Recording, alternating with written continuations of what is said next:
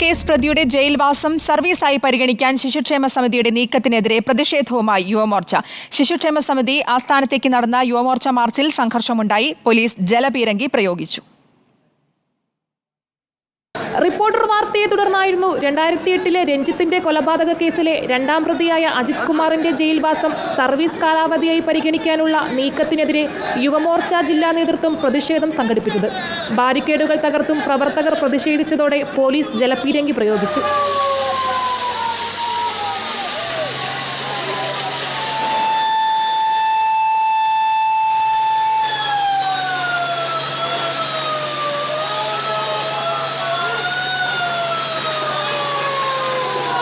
അതേസമയം അജിത് കുമാറിന് വേണ്ടി വാദിക്കുന്നത് ആഭ്യന്തര വകുപ്പാണ്.